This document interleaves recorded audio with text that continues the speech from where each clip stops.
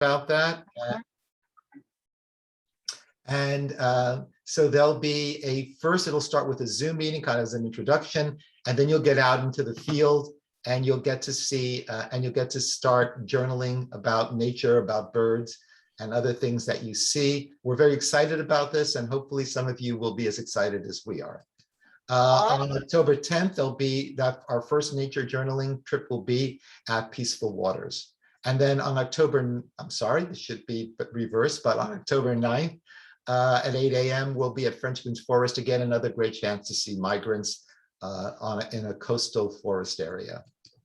And by the way, because of this fourth wave of COVID and how serious it has been in Palm Beach County, the state of Florida, we will be requiring masks, and we are strongly encouraging people who attend field trips to be vaccinated. And this will be until further notice. So please, we want you to stay safe. Volunteer opportunities, we have a bunch, and we're hoping that some of you will partake in these volunteer opportunities. We are in need of a Everglades kite publication assistant, basically someone to do layout. If you have any experience with layout, we would love to have you join our kite production team. The kite only comes out once a month, so your work will really just be for probably a few hours towards the end of the month. And we will supply the software if you need it. So just please contact us and let us know. We are expanding our Purple Martin stewardship this coming year. Shelley Rosenberg, who leads that effort, is hoping to install even more Purple Martin housing. So we'll need stewards to help with them. If you're interested in it, no experience necessary, you will be trained and you will love the Purple Martins. They are incredibly social birds. We need help in community outreach. Those are people who attend events and spread the word about birding in Audubon Everglades. We're looking for a workshop coordinator, someone who will help us to get workshops off the ground where we can educate the public about birds and conservation. And finally, we're looking for Plants for Birds garden stewards. We have installed our first new garden at Pine Jog. We will be installing our second garden at as far as height. I'm sorry, can somebody please turn their microphone off? Thank you. That's cool. So we'll be also installing our next Plants for Birds garden at Busch Wildlife and Sanctuary, which we're very excited. And of course, Amy Kight is the speaker today from Busch Wildlife. For these volunteer opportunities, please contact Chris at audubon-everglades.org. And on a conservation note, this is the third month I've been posting this because this is so important. And this is leading up to the Palm Beach County Commissioners having a workshop to discuss the future of the Ag Reserve and how they will look at the comprehensive plan, whether they will include any more development in that plan. We're hoping that it's not the case because any development along the Ag Reserve, of course, affects Loxahatchee National Wildlife Refuge, which it borders. And we've already seen a decline in birds there over the years because of the developments in the surrounding area. So if you are interested in keeping the agricultural preserve free of further development, you may wish to attend this meeting, and I will be giving more specific details of this at our next monthly meeting in October. And if you want more information about the details regarding these workshops, I will be posting this in the chat when Clive is presenting on the Bird of the Month.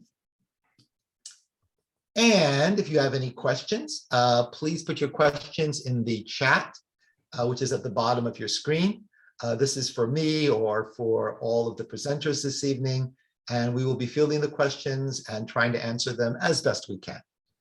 Okay, our first highlight of the evening, is Clive and Cece Pinnock, who will be presenting our Bird of the Month, which unfortunately you already know, but it'll be just as exciting anyway, because this is a really exciting, unusual bird.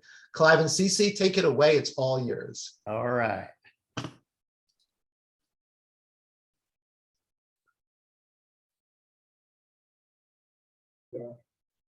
Okay, very good. We usually like to start out with this because we're always anticipating new members to join our group, and so that's why we like to start out our presentation with this statement that the 2021 Bird of the Month series continues to focus on North American species requested by our Audubon Everglades members, and each month information on the featured species will cover its description, range, habitat, food, and reproduction. And the bird of the month for this month is, Scott, it's the Phainopepla. The Phainopepla. Very unusual name, but I'm actually going to share some information with you about the origin of that name. And we want to give a great shout out and a thank you to Jeannie Mauser, who requested this particular bird. It's always fun for us to explore and discover information about species that are not necessarily found here in Florida. And so that's why we're really enjoying this series this year, covering birds from all over North America. What we're looking at here is an absolutely beautiful male Phainopepla, and we're going to be able to take a look at the graphic, but note the shiny, soft, silky patterning to the feathers and that red eye. And also the thing that stands out is the crest.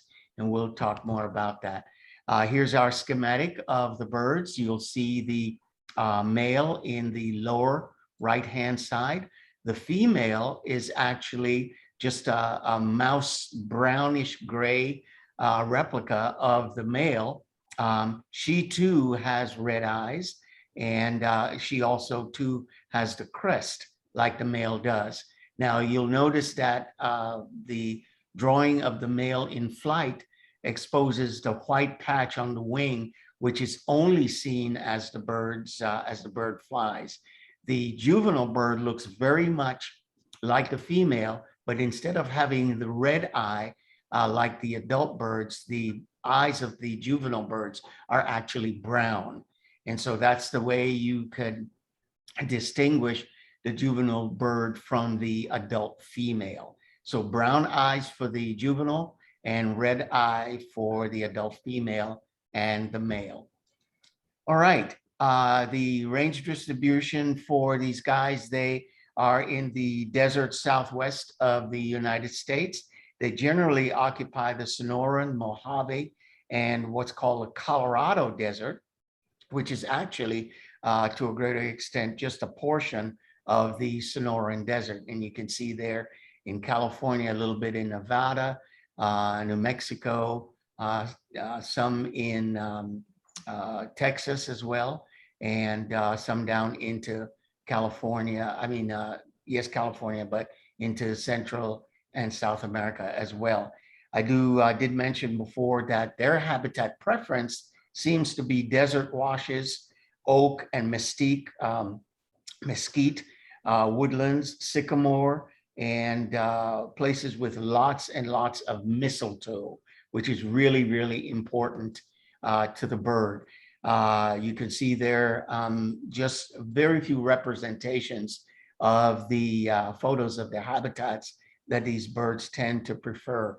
One of the things that was interesting in discovering and spending time learning about this bird is their deep connection with the mistletoe.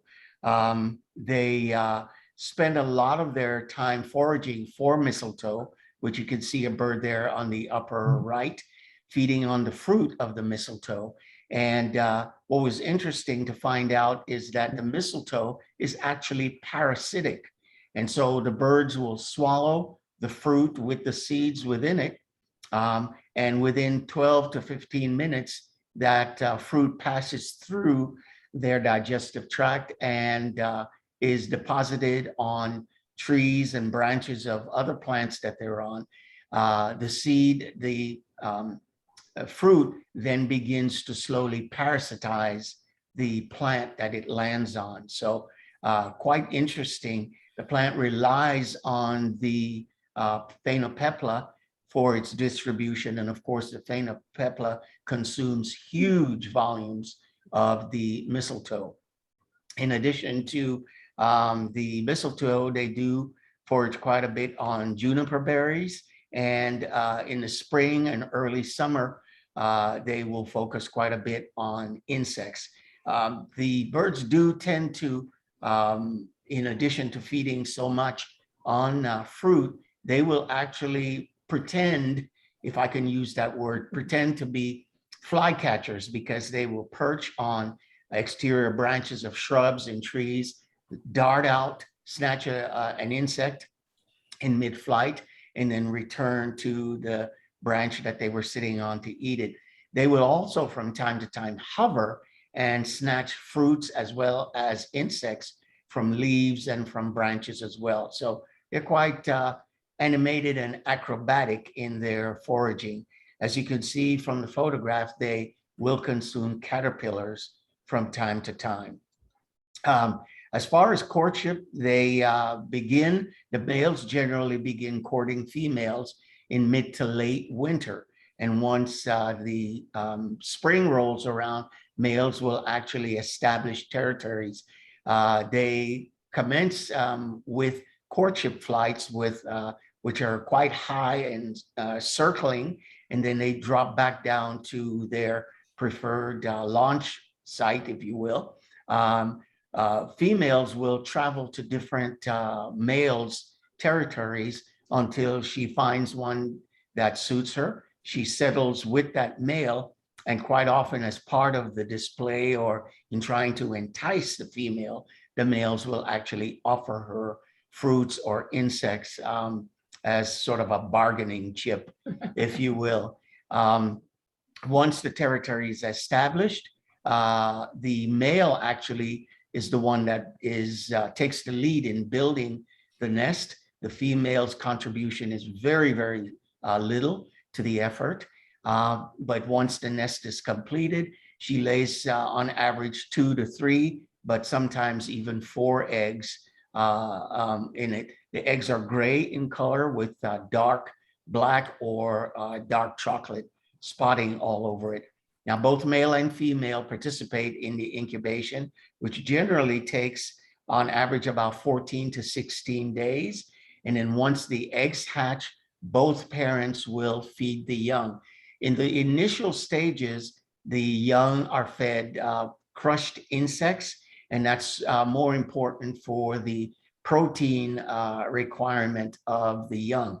Once the young have been fed on the insects for a few days, then the parents actually start combining insects with fruit, as you could see in the bottom photo right there.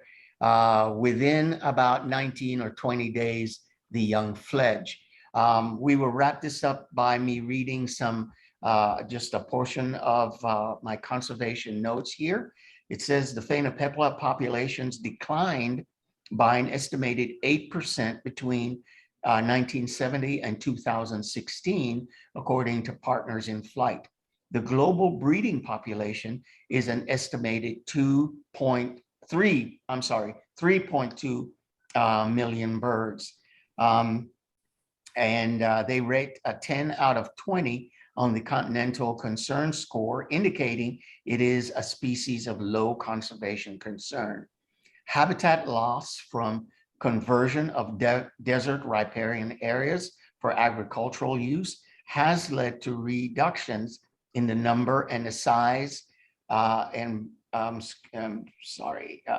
missed my spot here. I'm sorry, I say that again. Habitat loss from conversion of desert riparian areas for agricultural use has led to reductions in the number and size of breeding and wintering populations.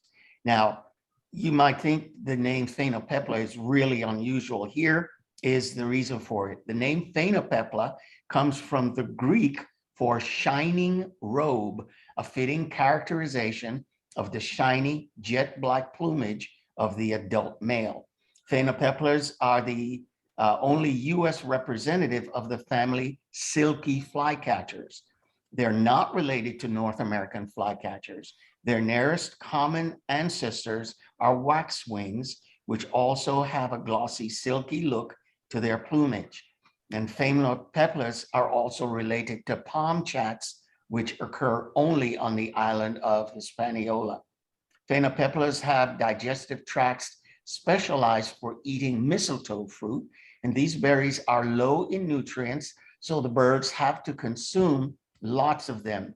The berries spend only about 12 minutes in the Phainopepla's intestine, and that causes the birds to eat up to 1,100 berries a day. These guys are quite skilled at mimicking birds like the red-tailed hawks, northern mockingbirds, northern flickers, Gambel's quail, mourning doves, verdins, acorn woodpeckers, scrub jays, and the American kestrel. And just a couple of another pieces of information that are noteworthy. Phainopeplas adjust their nesting schedule according to when their favored food ripens.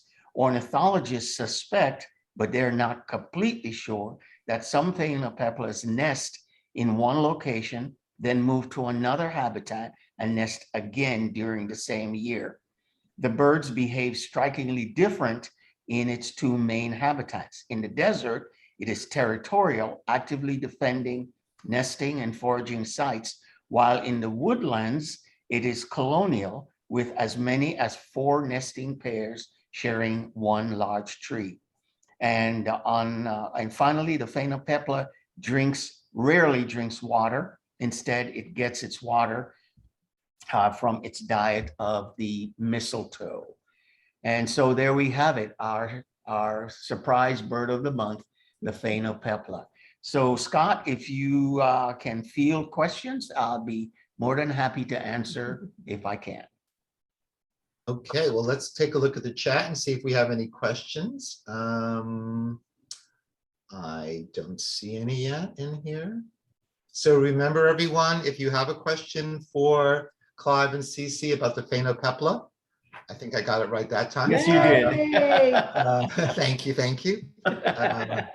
Please, oh, we have one question. So what size is this bird? What size is it? Yeah, so basically, how big is the bird? Okay, it is about, it has a slender build, very thin beak, very long tail. If my memory serves me right, the bird is probably about 8-9 inches, maybe 10 inches. And both male and female are about the same size.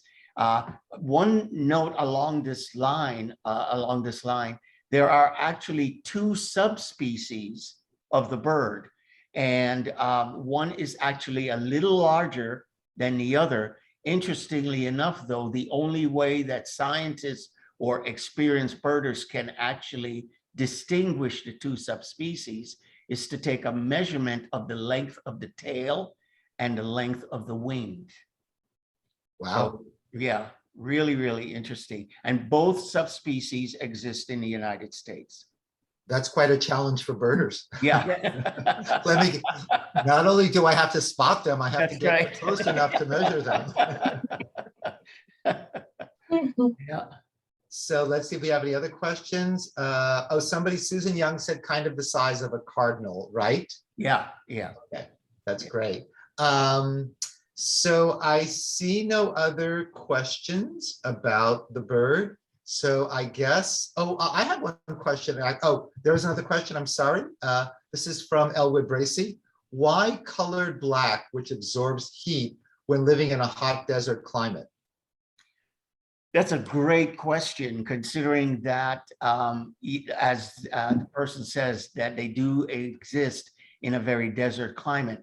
What we do know from the bird's behavior, there tends to be a degree of migration where the birds will actually spend the summer months at higher elevations where it's cooler, and then they migrate to southern deserts in the wintertime.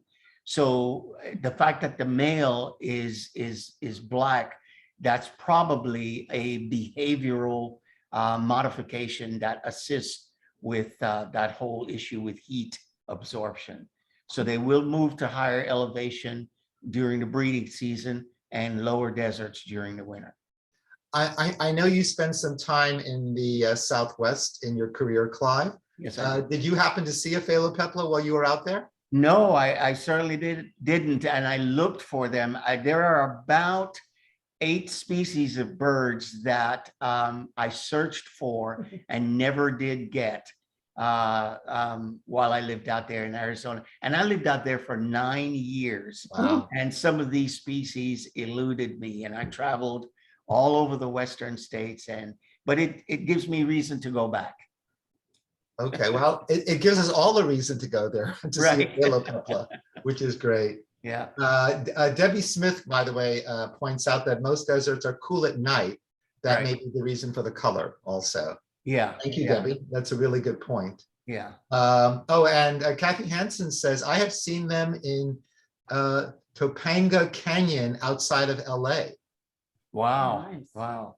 They do inhabit desert ecosystems in California. So yeah, that is quite reasonable. Yeah. Good for you, Kathy. I'm glad you got to see one. That's exciting. So, okay, well, thank you, Clive. This has been informative as always and entertaining. And I'm sure most of us learned how to pronounce this bird's name tonight. At least I did. Hopefully I'll remember. I'm not so sure. God, don't feel so bad. It took me a little while too to get that one correct. Okay, well, thank you.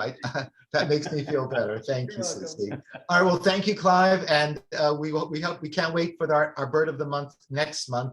All right. For what that will be. And I'll try not to give it away. All right. All right, thanks. Okay, let's see.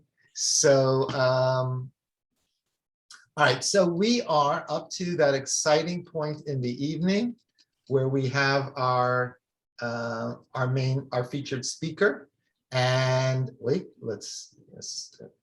and let me just share my screen here real quickly so you can get it.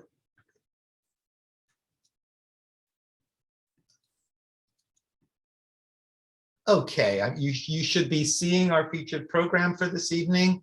And I'd like to introduce Marianne Gabel, who is our program chair coordinator, and she will be introducing our featured program this evening. So Marianne, take it away.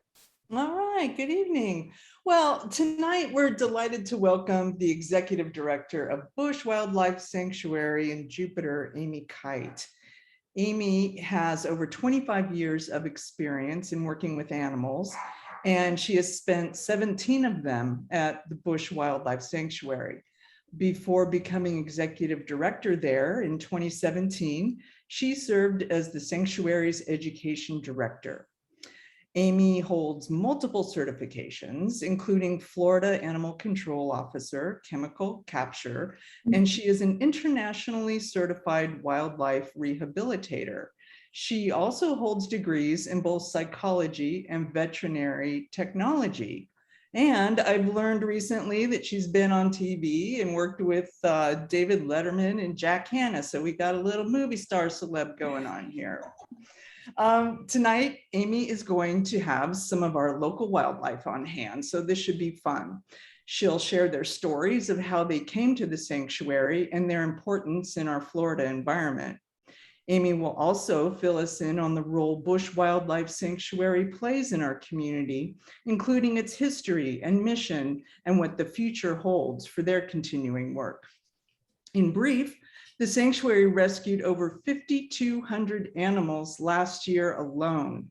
Their patient list includes deer, foxes, bobcats, screech owls, bald eagles, hawks, and even squirrels, all with the goal of rehabbing and releasing healthy animals back into the environment. The sanctuary also runs a curriculum-based environmental education program, which gives children and families the opportunity to learn about our native plant and animal species and to participate in their conservation.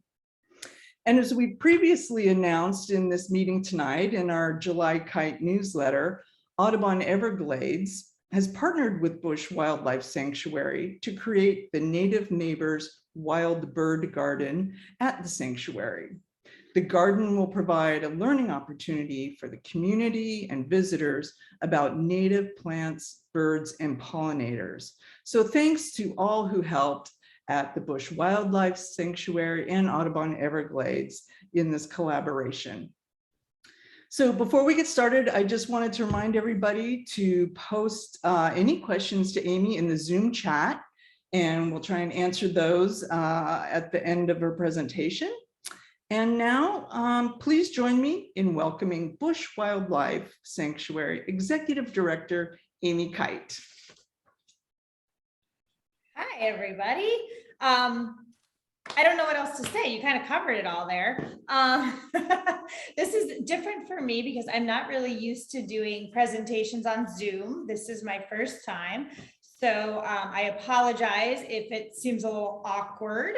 I'm used to having everybody right in front of me and it being a little bit more interactive. So please feel free to hit up the chat. And if I see something pop up, I'll even try to kind of answer it as we go along. You've covered a lot about Busch Wildlife. I just want to touch on a few of the kind of finer points, if you will. So Busch Wildlife has actually been around since 1983 and started down in the Miami area. And it was a group of friends who started noticing injured wildlife and sick wildlife that needed help. And they partnered with veterinarians in the area and became wildlife rehabilitators. And actually, we're down there until Hurricane Andrew came through in 1992. And at that point, of course, we all know, the devastation that took place down there. And the group kind of broke off, and David Hitzig, who a lot of you probably know if you've been around Busch Wildlife before, brought it up here to the Jupiter area, started off in Jupiter Farms. We moved on to the property of the Loxahatchee River District in the mid-90s, and we've been located here ever since. It's been a great partnership for well over 2 decades, but we've really kind of outgrown where we are now. So if you visited here before, we're located on roughly 11 leased acres. We're really only built on about 6. The rest of it is all left natural, wetlands and pine flatwoods.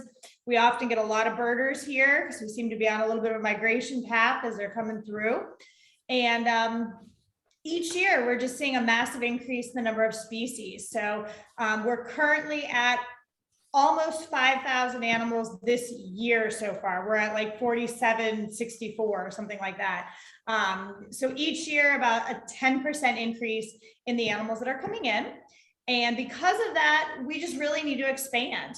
And we're also seeing post-COVID, I know we're not really post-COVID yet, but post the closing last year in 2020, a massive increase in the number of visitors that are coming as well, people who are looking for outdoor activities. So in just the first 2 quarters, first 6 months of 2021, we've had over 160,000 guests come to the sanctuary. So please fix display so speaker is not a midget. Okay. I don't know how to let me, if I may just interrupt here for a second. Yes, if you choose speaker view in your Zoom meeting screen, that'll make Amy's presentation larger.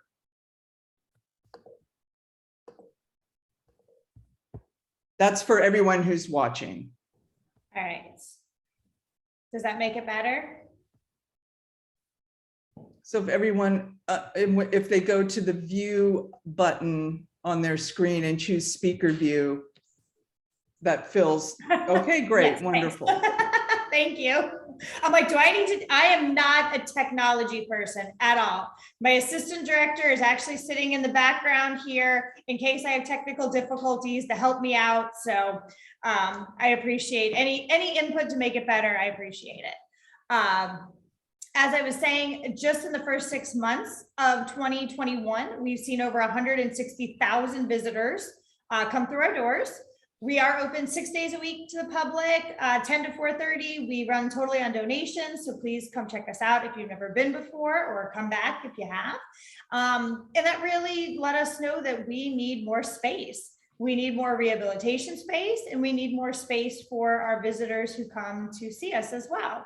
So the end of last year, we purchased just under 20 acres out in Jupiter Farms. So it's about 5 miles west of our current location. And it's got 5 natural wetlands on the property. There's over 500 native cypress and pines and palms and all sorts of fun stuff. So we're going to be moving the whole show out west.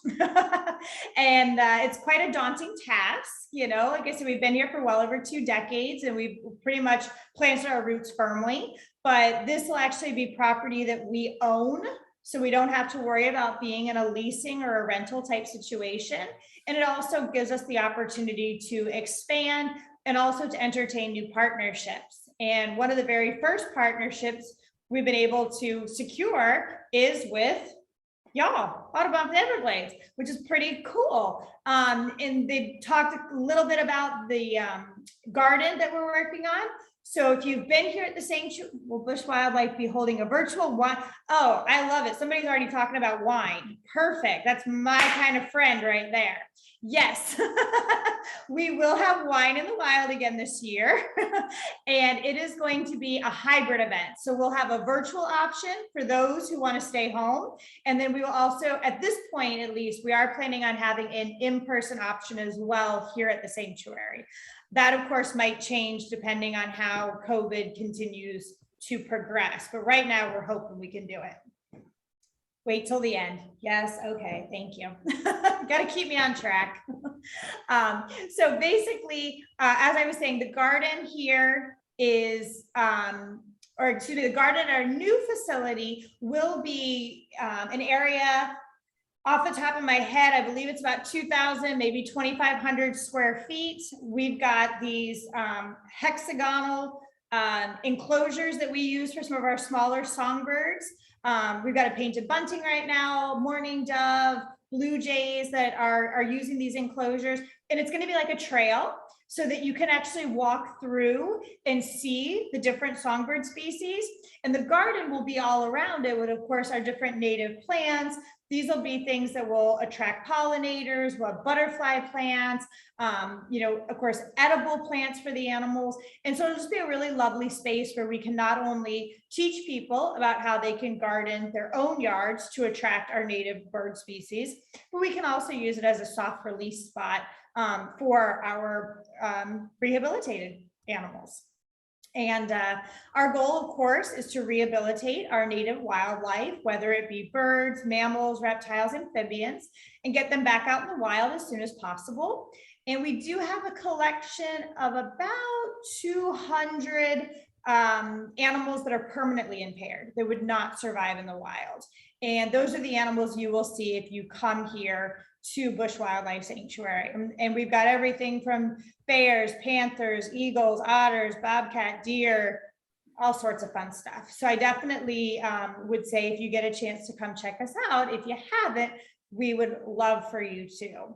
I have some animals for you guys this evening because I know you didn't come just to see me. So I'm going to grab one of them and then I will tell you all about them. Give me 1 second. They're stage left over here. Pretty weird.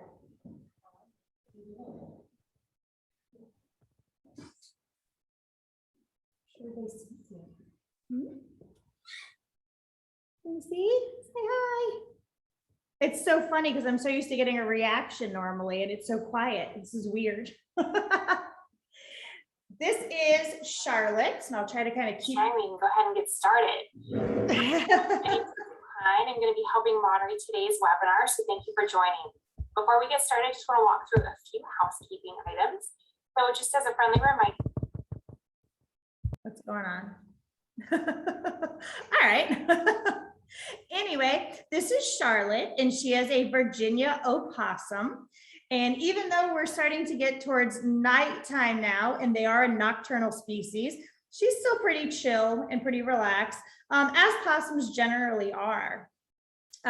Neat thing about them, a lot of people tend to call them rodents because they've got that long snout, of course, this long tail here, but I'm guessing a lot of you are already well aware that they're not part of the rodent family. They are a marsupial, and they're the only native marsupial that we have here in North America.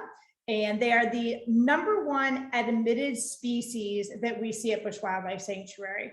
Last year, we received over 400 Virginia opossums. And this year, we're, I think, also on track for them to be the #1 species we receive. And the reason for that is really because of that marsupial factor. When you have a mama opossum, she can have, 5, 10, 13 babies even in her pouch. And if mom gets hit by a car, you end up admitting not just mom, but possibly up to 14 animals. And I always love to point out that when possums are born, they are only about the size of your pinky fingernail. They look kind of like a little tiny pink piece of rice with a couple little, almost like flippers. They don't have any back legs. They don't have eyes or ears. They're not fully developed. And on their own, they have to figure out how to get into mom's pouch. And mom can actually have up to 25 babies at one time, but there are only 13 teats, or feeding stations, if you will, inside the pouch. So right off the bat, only the strongest are going to survive. And they're going to get in that pouch. Hang on, she's got to get comfy here. Make sure she's where she wants to be. They're going to get in that pouch, and they're going to actually swallow the nipple. And they're going to nurse for 4 months constantly.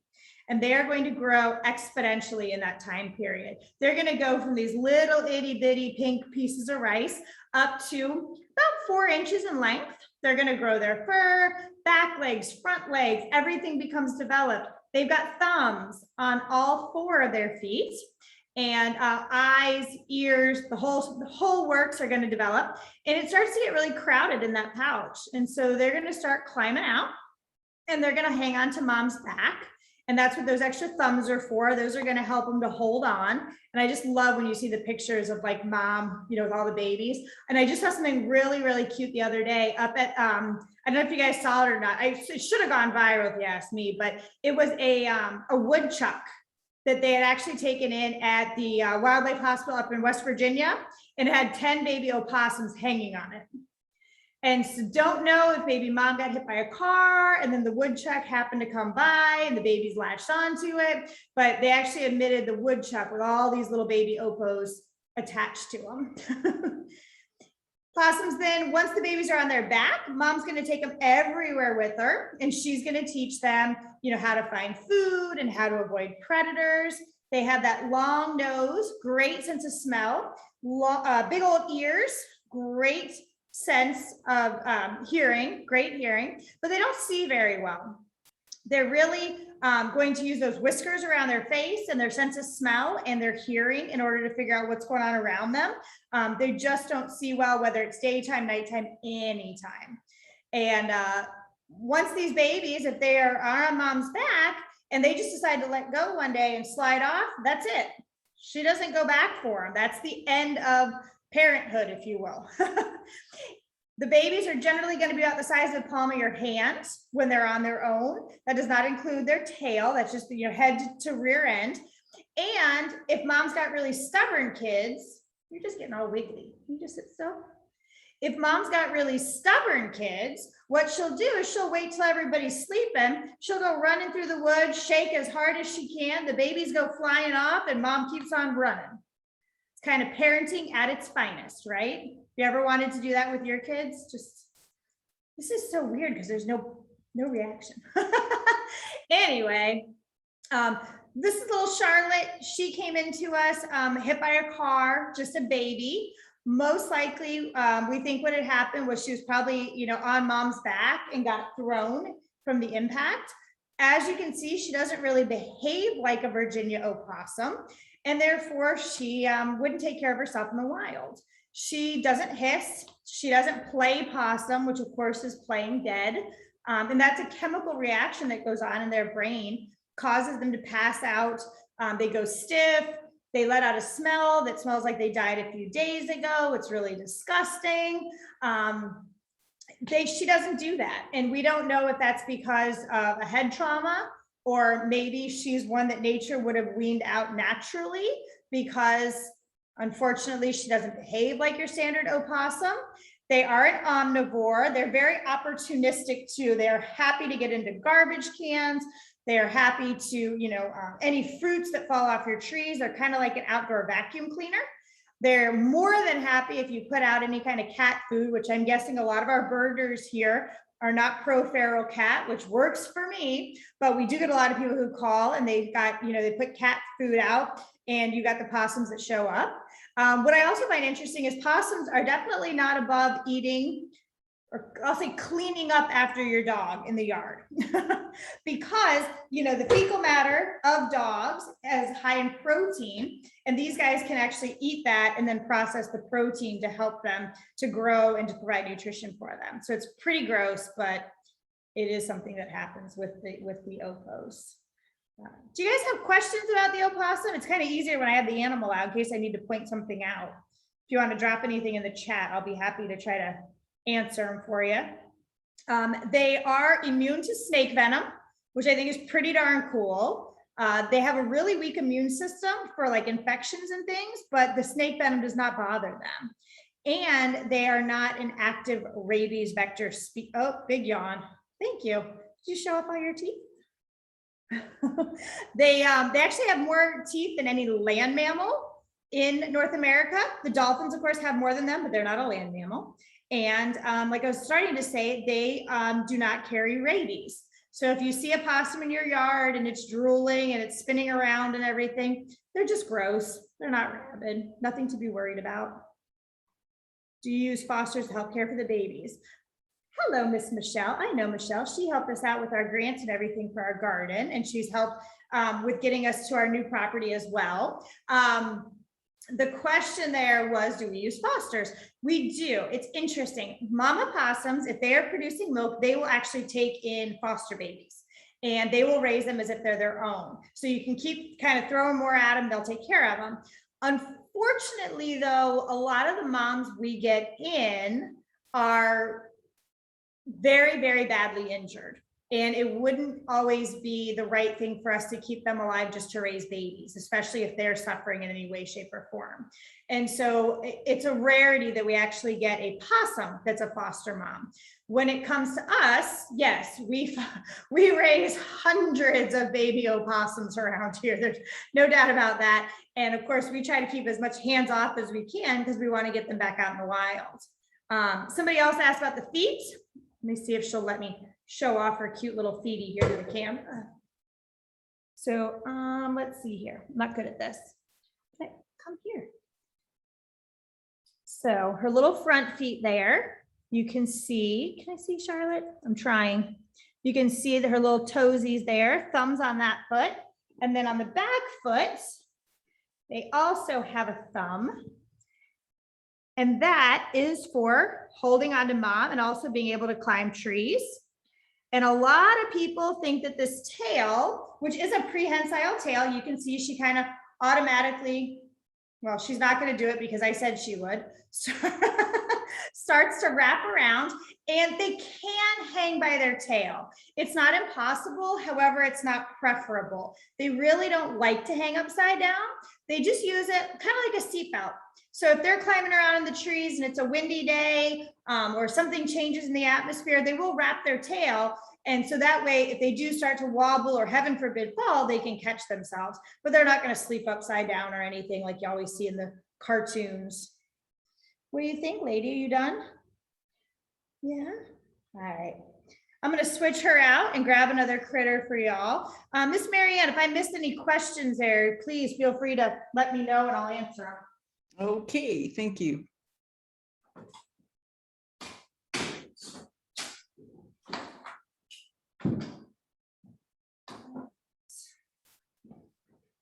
So let's see how this one's going to behave for me. That's interesting. Oh yeah, it's always, especially when you're not the one who put the animals in here. That's the real interesting part. You don't know what you're getting. Wrapped like a present. I know, right? And I Oh my usually do the goodness. game of like, who knows what this is? But I don't think that's going to work for me tonight. Oh. So there's like 3 people on. I already got a sour face. So Wow. this And I hope I'm not freaking anybody out. I do apologize. You can turn the camera off if you need to. This is Bark, and Bark is a Florida pine snake. And actually a really nice pine snake. Pine snakes are known to be a little bit on the crabby side. They love to hiss, and they'll kind of puff themselves up and kind of hiss or growl at you. But Bark has been an educational ambassador with us ever since he was young. And so therefore he's very used to being handled and doing these kind of presentations. Pine snakes, you don't see them very often. They're actually really good at hiding. Come on up here. Are they found in suburban communities? They can be found in your more urban communities, but they're definitely more rare. What you're normally going to see is going to be something like a corn snake or a black racer, or for those of you who live down here in Palm Beach County, if you live in Abacoa, which is right around the corner from the current Busch Wildlife Sanctuary, that's our hot spot for diamondback rattlesnakes. Pretty much every call in the past 17 years that I've worked here, if it's a venomous snake, it's going to be a rattlesnake in Abacoa. It's just a nice spot where they really preferred living before everybody started building in there. So now, if you guys notice, you see that tongue coming out. And of course, all the little kids, when you bring them out for a school program, they go, oh, he's being so rude. But no, he's not being rude at all. That's actually how they smell. So snakes have a nose, of course, just like we do, but it's strictly for breathing. They use something on the roof of their mouth called a Jacobson organ, and that is for smelling. And they've got this really neat forked tongue. It's in a kind of like a V shape. And when they stick it out in the environment, they're going to pick up everything that's normally what we're going to smell. They're going to pick it up, and it's going to be brought back into their mouth, and they're going to touch their Jacobson organ. And that is what's going to tell them what's out in the environment. And what I think is really cool about that is it's almost like a built-in GPS system. So the tongue can actually tell them if there's a rat, to the east, and there's a panther to the west, which way they want to go to try to find food rather than becoming food. And so I just think that's even cooler than the Jacobson organ, which humans do have a Jacobson organ as well. We just evolved past using them. But I love that they have that built-in GPS that they can find out where they need to go to be more successful in their life. Also, snakes don't have any ears. So all this great stuff we say about them, they can't hear any of it. Someone is asking how Bark ended up in the sanctuary. Bark was actually gifted from another facility. They had some baby pine snakes, and they were a certain genetic range that couldn't be returned back to the wild. And I apologize, that was before I was in charge of the snake collection here. But they actually gave us Bark when he was very, very young. And since we don't really, in fact, the entire time I've been here, I've never had an injured pine snake come in. So this is just in addition to our education program from another facility. Right, here's a question to us. Lorraine wants to know, are pine snakes the ones that dig out the dirt for their prey? Oh, wow. I don't know. I don't have an answer to that, to be honest with you. Okay. I've not heard that before. I know they'll eat moles and voles and different kinds of rats and mice. If anybody else is aware of that one, please, by all means, chime in. I'm always happy to learn something, but I'm not sure, to be honest. Mm-hmm. They're not slimy at all. They're very soft. If they were slimy or sticky, they of course would get stuck to everything. I think their coloring is just gorgeous. If you can kind of see that there, they can actually range in coloring from almost a pinkish tone to a really, really dark kind of cocoa brown color. Bark tends to be a little bit on the lighter side. Of course, they have the lighter belly that you see there. The number one injury that we get in here with snakes is generally something to do with humans, which 90% of our animals come into us because of human-related injury or illness. But we get a number of them in lately because people have like soccer nets up in their yard, and they'll be chasing something and they'll get tangled up in the soccer net. We also get a lot of the great horned owls tend to be one of the ones. You would think a lot of species, but it seems to be the great horns that we tend to get out of them most. We also get a lot of snakes in that are hit by cars or attacked by people's pets. The ones, of course, that I absolutely hate is the people that decide to kill the snake and then bring it to me, and they just want it identified. It's rarely going to be a venomous species. There's well over 50 types of snakes here in Florida. And of those, only a small handful are venomous. And if you're down here in Palm Beach County, you're only looking at a few, being, diamondback rattlesnake, pygmy rattlesnake, cottonmouth, coral snake, and then you get up towards Martin County, and then you get into your copperheads, and further north, your timber rattlesnakes. But it's really just a small handful of snakes that you really need to worry about. Most of them are wonderful to have in our environment because they're our natural pest control, of course. Right, good rodent control, right? Exactly, great rodent control. And, if you're getting close enough to harm a snake, you're also getting close enough for that snake to harm you. So there's just really no reason to put yourself in any kind of harm's way. It's best to just back up because they don't have a reverse and get out of their way and go about your business. They'll be more than happy to go about theirs. They really don't want anything to do with us. Yeah. So Joanna wants to know if the sheen on this snake's skin is a sign of good health, like the way, the sheen on our hair says that our hair is healthy. Well, to an extent. So after they, snakes shed their skin. So it's kind of like, when they grow too large, they're going to shed their skin. It's really neat. Even rattlesnakes will shed their rattle when they shed their skin also. And they're kind of like pop beads that are stuck together. So the snakes will, right after they shed, and I don't recall the last time bark shed, they will be very, very shiny because it's brand new skin that's under there. And then as they get closer to time to shed, they do get kind of more of a cloudier texture, and including their eye caps. They don't have eyelids, but when they shed, they actually have a cap that goes over their eye, and they'll shed the whole thing off. So if you ever see a snake and they tend to have kind of a hazy, almost like a cloudy blue effect over their eyes, it means they're getting ready to shed. And that's also a time when they're going to often be most aggressive because their vision is impaired by the fact that they're kind of looking through fog colored glasses too. So we're always very careful when we're bringing out snakes for our education programs. If they're getting ready to shed, to of course give them their privacy and let them kind of go through that, because it's a little bit unnerving for them, and it's a natural effect, but it is naturally they need to protect themselves a little bit more because their defenses are down. Right. I would think they would be more vulnerable during the shedding time. Right. And lost that question. Okay, sorry. All right. Fantastic. Any other questions about bark or snakes in general? How many snakes do you have at Busch Wildlife Sanctuary? We probably have about 15 or so. And those are our exhibit snakes, and then also the ones we use for education. Right. We get a number of them, that people keep them as pets and no longer want them anymore. We do get some, like I said, that have been permanently injured. Scar is a corn snake that I got entangled up in a soccer net many years ago, and turned out to need a lot of medical care. And we have to really monitor that scar. We start to run out of names after a while. Right. So it's just better for him from a maintenance standpoint to stay in captivity where we can really monitor and take care of that problem area that he has. But probably about 15 to 20 total, I would say. That includes our venomous collection as well. We've got a few venomous snakes here. So if you are questioning what the venomous do look like, you can come here and check them out and learn about them and which ones to, be really. Has anyone ever brought you pythons? Oh yeah. In fact, funny story. So we had a python come in here that actually stretched across both lanes, if you will, of Indiantown Road. It was over 13 foot long. It was out by Riverbend Park out in Jupiter. And they brought it into us and it made the headlines. This was a number of years ago. And it made the headlines.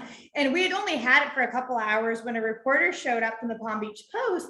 And he says to me, full on straight face, goes, "Well, what did you name him?"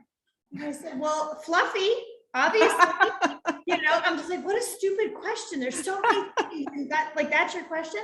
And that was the headline on the Palm Beach Post was "Fluffy finds refuge in this massive snake." I'm like, really? That's great. Wow. Hey, Amy, I've got one last snake question for you. How do you come up with names for your snake? Oh, no, I've got two.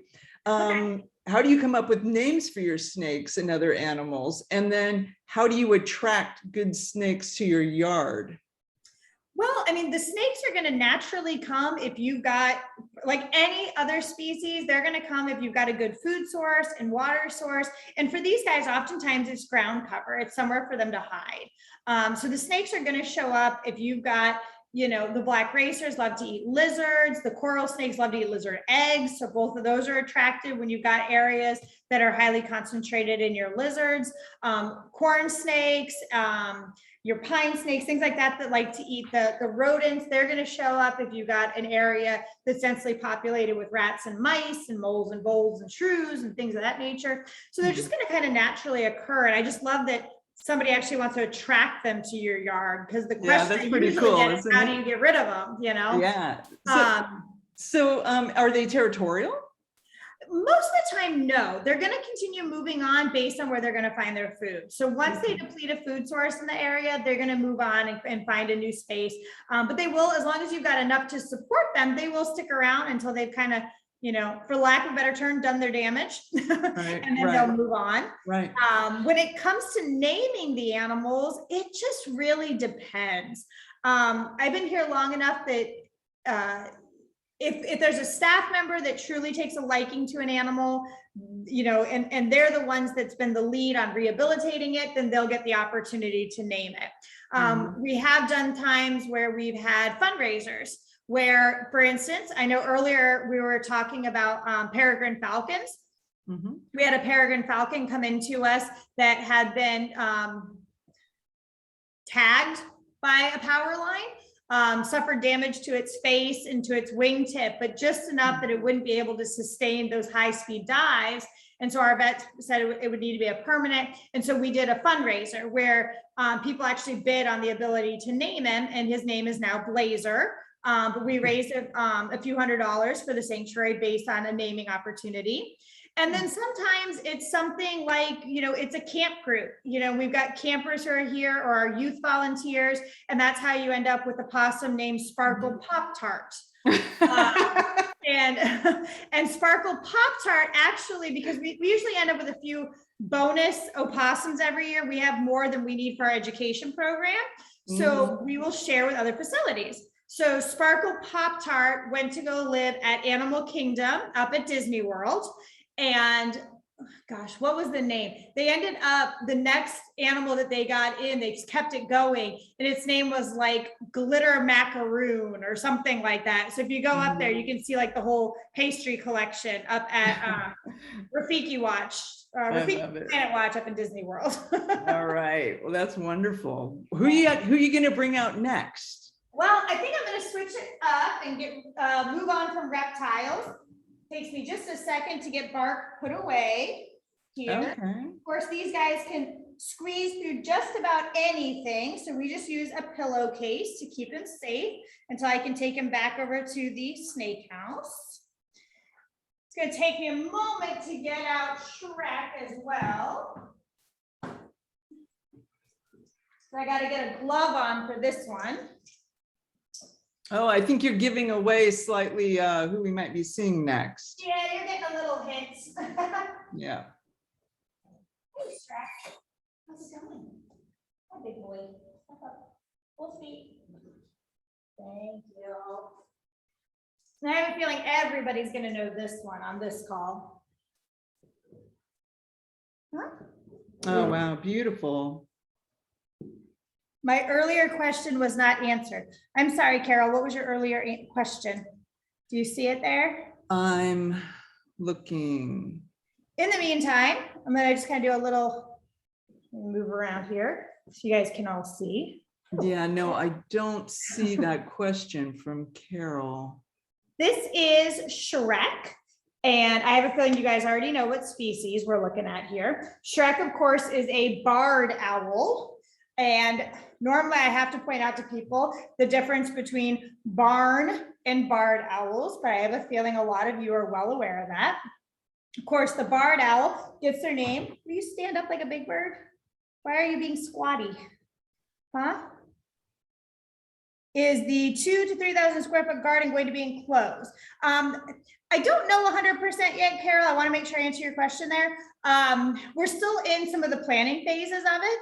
So there will definitely be barriers to make sure that people aren't tromping through the garden and destroying the plants. And we'll have signage as far as education goes, but it won't be like a garden greenhouse enclosed. And I hope that kind of answers, but we're still working on the details of it all. Thank you, Carol, for reposting, and thank you, Yes, Amy. thank you. Mhm. So Shrek here has those bars, which make the barred owl. There's 5 species of owls that live here in Florida. You've got your screech owl being the smallest, followed by your burrowing owl, your barn, and then your barred, and then of course your great horned owl. And we have all 5 of those species here at Busch Wildlife Sanctuary between our exhibits and our education birds. It's really hard to have a burrowing owl on exhibit because of course they just go underground, but we do have Esther who we use for our education programs. And owls often, you know, people think they weigh a whole lot. Shrek here only weighs not even 2 pounds, you know, 1.8 pounds roughly, give or take of that. And Shrek came into us because somebody thought it'd be a great idea to have an owl as a pet. And he is what you would consider habituated to people. He does associate with other, you're being so squatty and like shy. Is it because this is weird? Yeah, I know. It's Yeah, right. He's like, I'm used to being up on stage. What is this weird? What am I looking at? Yeah. I know, what is this? And why do I see myself? But the barred owls, here at the sanctuary, he does call back to them. They have that very distinct call. Who cooks for you? Who cooks for you all? So he will answer back to them. So we don't feel that he is imprinted, meaning that he doesn't really know that he's an owl, but we do know that he's greatly habituated, being that he's very, very used to people and will choose to come and sit right next to you. This past 2 years has been quite funny because if you've been here, we have a Cypress amphitheater where we do our programming, and we do offer about 600 programs annually free of charge to all of our guests that come here to teach people about all sorts of wildlife and conservation issues. And the past 2 years, we have actually had a wild barred owl that comes to the shows. Oh, great. And he flies in, she, I'm not sure, sits in the rafters and watches us. And I mean, it is their territory. Barred owls are very territorial. So this bird definitely lets himself know that this is its territory. And we'll just watch the whole show. Thankfully, has never tried to dive bomb us or make any noise. He has pooped on a few people before. It happens. That's okay. You know, it's something it's to see a wild one come in. You'll notice Shrek is kind of looking around. These owls, as do all owl species, they've got double the amount of bones in their neck that we have, even that mammals have. So we've got 7 bones. Even a giraffe only has 7 bones, but they have 14. So Shrek, who's not going to do it now because he's just mesmerized by this computer in front of us, he can actually turn his head all the way back one way. He can bring it all the way. You come around? Do you let me? He can go all the way back the other way. He can lay his head on his back and check out his tail feathers, and he can even drop his head straight down and go upside down and look at you that way. And that's because their eyes are fixed in their sockets. They can't move those eyes like you and I can look all around. So they've got to move their whole head in order to see what's going on. Their eyes actually take up more room in their head than their brain does. And if you were to look in their ears, you can actually see the back of their eyes, which I think is pretty darn cool. Some of our owls will actually let you look. Shrek's a little bit more of a private person. He's like, no, private owl, excuse me. Private owl.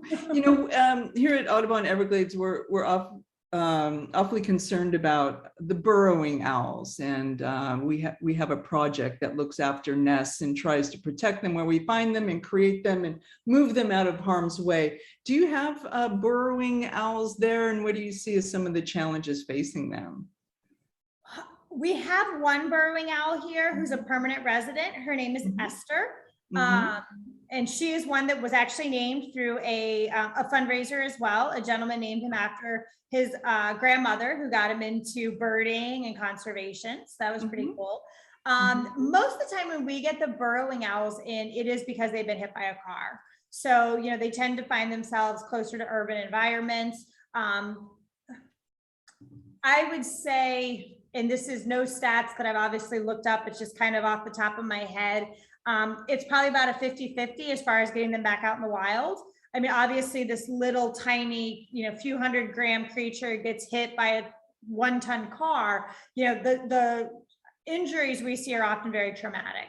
But sometimes they're just stunned and we're able to get them back out again. We used to have the the burrowing owl exhibit here at the sanctuary, but like I said, they always hid underground and they just weren't very good for an educational exhibit type situation. Right, There right. you go. Look at everybody. Is that cool? Starting to get a little bit more chill now. How much does Shrek weigh? He's only like 1.5 pounds, about that. Probably around 900 grams. And compared to Bark that you were holding, the snake. I have not weighed Bark, to be honest with you, but I would say they're probably in the same range, give or take. If you notice here, let's see if Shrek will let me do it or not. Let me see if I can line up the camera. If I've just got my pointer finger extended here and I go down, this is pretty much all feathers. So very, very good. And the reason for all those feathers is because they're not the fastest bird in the planet. So for owls, they are opportunistic hunters. They'll go for mice, rats, rabbits, squirrels. These guys will even go for amphibians and reptiles because you do find them in your swamp areas or your wetland areas. And they'll eat pretty much any kind of meat that they can find out there, but they're not fast. So they have to rely on their stealthiness and being quiet in order to find food. So for Shrek here, will you show off your beautiful wings? Let me line you up where you can see. Can you show off your wings? Oh, yeah. Can you come back? Thank you. So a little bit there. You could kind of hear the glove and the wind bouncing off me a little bit, but all their feathers are actually designed for silent flight. They're actually fringed at the edges, which make them silent when they're flying out in the wild. The number one injury that we see on all the owls, not even just the burrowing owls, but all of them, is the hit by car. We get a number of them because once they lock in on prey and they don't have that peripheral vision, unfortunately, they don't ever see the car coming and they're not built with very good braking abilities. I missed your releases. Oh, thank you very much. Hey, Kevin, I have a question for you. Are you our photographer that won our first photo contest? Because I heard you talk about photography. Yay, it's hanging right, I know you can't see it, I'm sorry. It's hanging right over there, our Blue Jay picture. So thank you. With the releases right now, most of the releases that we were doing that were open to the public were on Palm Beach County environmental resource management natural areas. We have a partnership where we've actually adopted 6 of the natural areas and we were doing them there. And the county is still not at the point of doing, you know, large in-person gatherings. And so that's why we haven't done that. Property that we have been using has been private property to do some releases.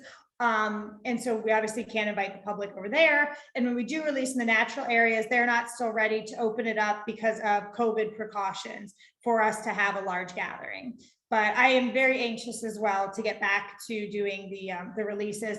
We are doing some nature walks for very, very small groups in partnership with Healthier Jupiter, Town of Jupiter, and doing some nature walks up here. And you can go on our website or our social media and see when those are. And it's only groups of like 8 people. And of course, we can be outside and be socially distanced. What do you think, Shrek? He's just mesmerized. I love it. We're mesmerized too. Not paying attention. So the fact that he's actually watching the whole time is just. I think we're being hypnotized by Shrek, actually. I know his eyes they're gorgeous. I love to have little kids. I tell them to make a fist and, you know, hold it up. And that's how big your eyes would be if you're an owl. And they all just freak out because it's incredible to watch them. And to imagine. I think we have time for one more animal. Got it. My last one. Hang on. Yep. Stop. You don't want to go back in your house? Thank you.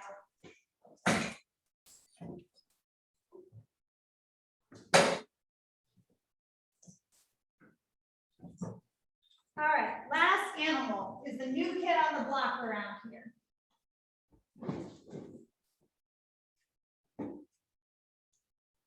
This is our little ramen noodle. Try to hold him up so you guys can. Wow, you look a whole lot bigger from that angle, don't you? So ramen is an American alligator. And the name ramen, we have two American alligators named Ramen and Risotto that are our new education gators. And that's because our last gator was actually named Noodle. Thank you to our camp kids who named him Pool Noodle after finding him in a swimming pool. And then he was brought to us. The two that we currently have now, believe it or not, and I'm sorry, it's kind of hard to gauge the size of him with the camera angle here. This animal is over a year, almost 2 years old, which is actually very tiny for an alligator. And I don't know if you can see also very thin for a gator. These two were ones that somebody had found and was actually keeping illegally and didn't know what they were doing and didn't take care of them properly. And so they ended up at another facility that was looking for a larger alligator for educational purposes and for exhibit. And so for lack of a better term, we traded our pool noodle for ramen and risotto. The alligators, of course, we get tons and tons of calls about the gators here in Florida. Florida being the only state where you find gators and crocodiles. And for a long time, I could always say, you know, the crocs didn't come this far north, but now you are actually seeing, there's one up in Stewart area. There's actually been some crocodile sightings up there, one random one that's made its way up. The way to tell them apart, a lot of people are aware of their snout. Gators have that more rounded snout, whereas crocs have a thin pointed snout. Alligators, when they close their mouth, you only see their top teeth. So it looks like they're always smiling at you. Crocodiles have top and bottom teeth exposed when their mouth is closed. Gators are freshwater. Crocs are going to be your brackish water or even salty water, and their coloring is different. So a young alligator like this is going to be this dark, almost black color with these yellow bands that go across for camouflage. And as they get older, those bands are going to fade away until they're, wow, Shrek wants to come back out and see y'all. He's jumping around over there. These bands will actually fade as he gets older and doesn't need the camouflage anymore.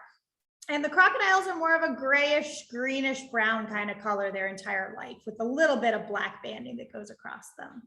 I have a question. Since this particular alligator wasn't fed properly, cared for properly, and hasn't grown properly, will it, revive and grow to its full size, or has it kind of been permanently stunted then? I'm gonna have to say to be determined. Generally, they are going to grow according to how they're fed and a proper diet and proper exercise. But we have seemed to notice with some of those that were taken at a very young age that it really does affect them long-term for the rest of their life. We have Freddie here. If y'all have been to the sanctuary, you've probably met Freddie. In fact, 2 weeks ago, we celebrated her 38th birthday. She's been with the sanctuary. She's our oldest resident that we have here. And she was hatched prematurely by a little boy who was out fishing with his dad and thought he had a baby lizard. So she is quite stunted because of the fact that she didn't even have enough time to properly develop in the egg. With these two, I don't know if that might be the case with them as well. They are very small, very kind of frail, but we'll continue to work with them and see if we can beef them up. And because they have been fed by a human, they can no longer live in the wild. So here in Florida, if an alligator is fed by a human, even just one time, the state does not allow them to be returned to the wild. And that's how we end up with the pool noodle. Somebody found him in their pool, thought, oh, poor thing, let me give you some food. And then that doomed him to a life of captivity. He was no longer allowed to go in the wild again. Oh. Is it possible for an alligator to spend some time in brackish water? Yeah, they can. It's not good for them. Alligators cannot sweat and they cannot cry. So they have no way of releasing salt from their body. If they absorb too much salt, it can actually kill them. They can be in the brackish water for a small amount of time, but on a long-term basis, it's really going to do damage to their internal organs. So it's not good for them. But there have been sightings of the gators out in the brackish water. Yes, and even into salt water, quite frankly. Let's see, what else can I tell you about alligators? There's over 1 million alligators in Florida. They go as far north as the Carolinas and even as far west as Texas. So they're quite prevalent. And we even have a gator hunting season here in Florida because there are so many alligators. And it is very strictly regulated and the laws are strictly enforced, but that does happen here. In the 1970s, these guys suffered, similar to ospreys and eagles and such, by DDT. How do the crocodiles survive in the water? I'll get to that one. They also were at a point where they were almost, hunted for their skins, their hides, but also their eggs. They were having trouble with the eggs, the shell being so thin that they were cracking. And once DDT went away and they actually started having gator farms and regulating the hunting and putting some laws in effect, they made quite the rebound. Asking about how crocodiles can do in the salt water. Again, they tend to hang out more in the brackish water. They're not a huge fan of the really, really salty stuff. But it seems as though over time, crocodiles, there's only about 1,000 American crocs left in the wild, and they're down by the Florida Keys. And it's strictly just survival. They have had to, over time, adapt to a little bit higher salinity, just because if they were in the freshwater, they were outnumbered by the gators. And so it seems that they've just kind of adapted to being able to tolerate a little bit more of the salt in that brackish water than the alligators had, because the alligators had no need to adapt for survival purposes. Mhm. I imagine you are, I can't see the rest of the question. Okay. Marianne, help me. Sure. I can Let only me say read it to 4 you. words. This is from Lauren Butcher. I imagine you all are often the first to see changes in where species occur, like crocodile you mentioned. Do you have a way to share this information with other wildlife rehab centers in Florida or the US to track changes over time? Yes and no, I will say. Crocodiles and alligators will fight each other over territory if the crocs get into their area. When alligators will fight over territory regardless. That just happens. That was another question there. I would say that in the time that I have been in wildlife rehab, which is over 20 years now, the sharing of information has gotten obviously much easier as technology has advanced, but it's still pretty far behind. One of the great things that has come out in the past few years is a website called Wildlife Rehabilitation Medical Database, or we call it WORM. And it's a free service that is out there, and they run strictly on donations. And it is the software, it's a cloud-based software that we use for logging in all of our patients, where they come from, what injuries. I mean, it's really an in-depth, amazing product of technology that's come out. And they are doing more with sharing information, and rehabbers are able to have an easy way to track all their records and to share their records. So slowly, you're getting to a point where that information is becoming more readily available and more shared.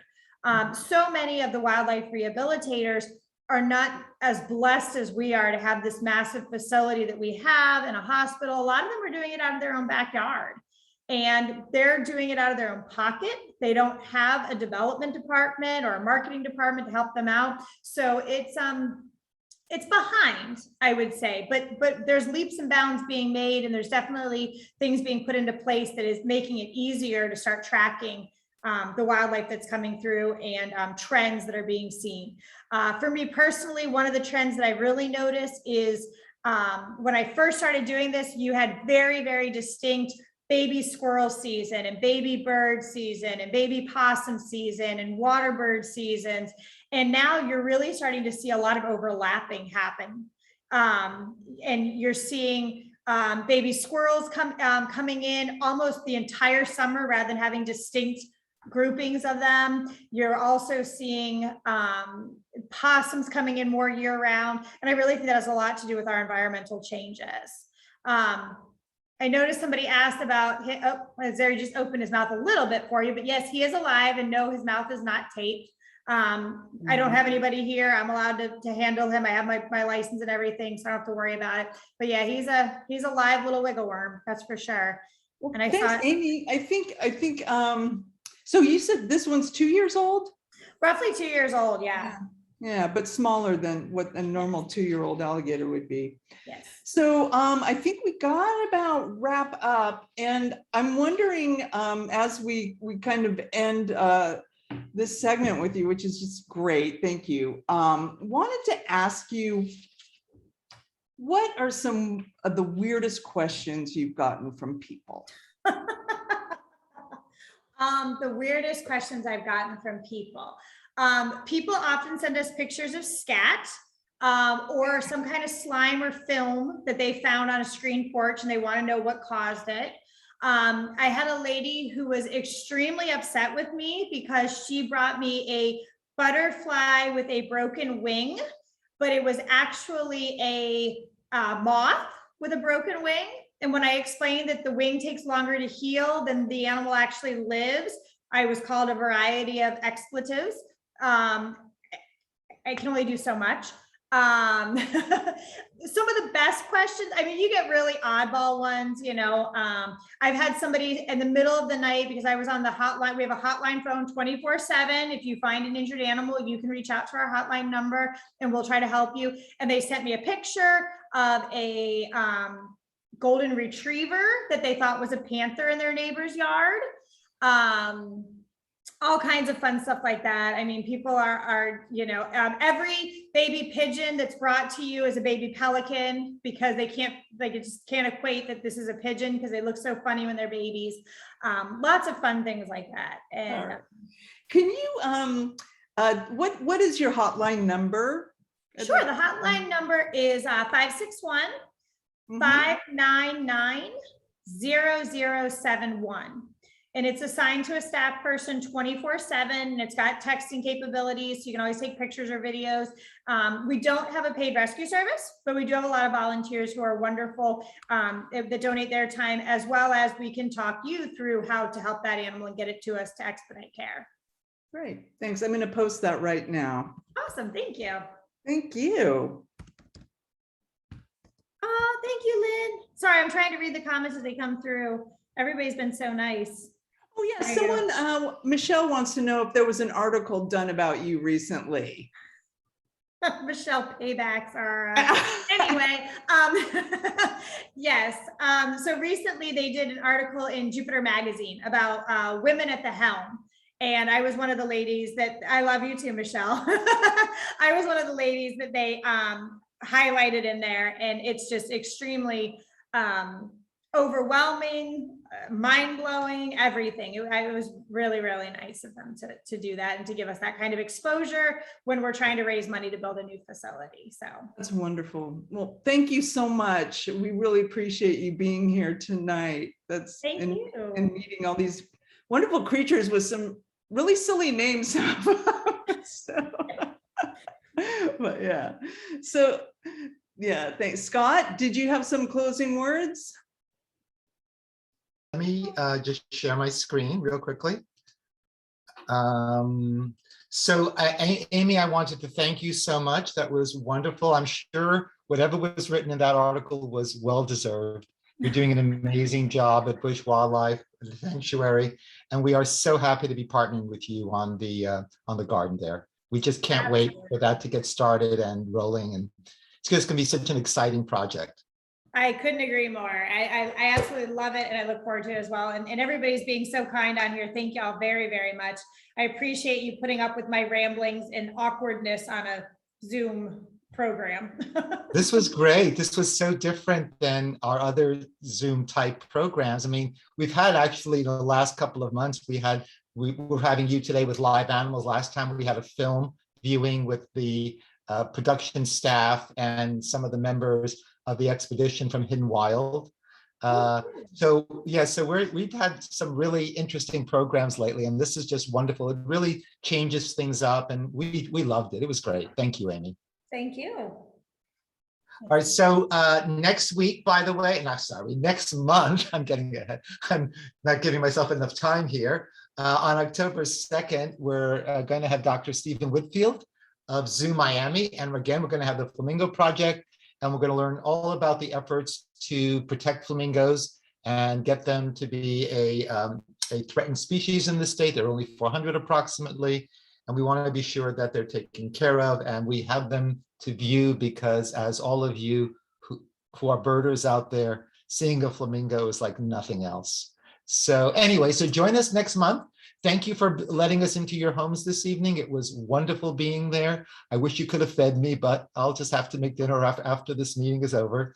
And we'll see you next month, and maybe we'll see you on some birding trips finally. It's been a long time since we've had a field trip, and we're excited, but we also want you to stay safe, take care of yourselves, and this COVID is still out there. So please, please take care of yourselves. We want to see you when we do open up again. We see you at our meetings, see you at all our field trips again. Have a wonderful evening. Thank you. Good night, everybody.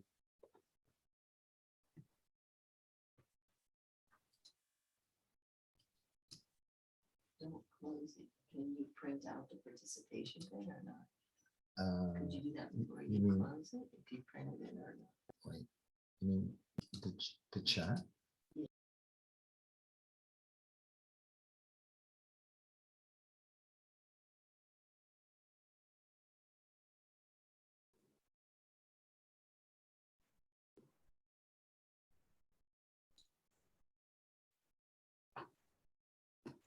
Let me stop sharing.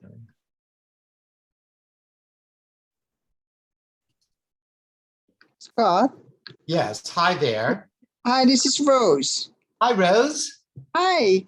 Hey, listen, October the 2nd, is that a Tuesday? And I'm looking at my calendar and It's not a Tuesday, it's a Saturday.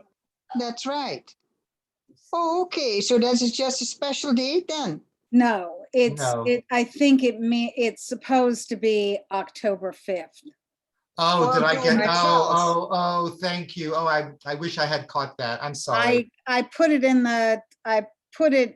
the message, but it got. I didn't catch it. Well, thank you anyway. And well, we send out like 3 meeting notices anyway, so Yeah, I know. they'll be but alerted to it. But thank you for Okay. catching that, both of you. Appreciate that. All right. Yes, if there's a Bye. mistake, trust me, I'll make it. No, I think you're doing a great job, Well, Scott. thank you. I so appreciate much. that. Thank I you, tried. thank you. Thank you. Bye. Bye, Rose. Thank you.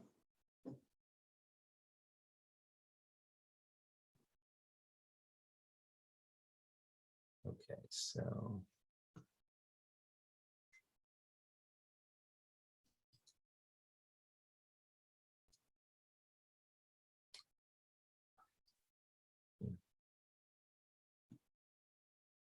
All right, so I'm going to end the meeting. Thank you, everybody who's still on, and enjoy the rest of your evening.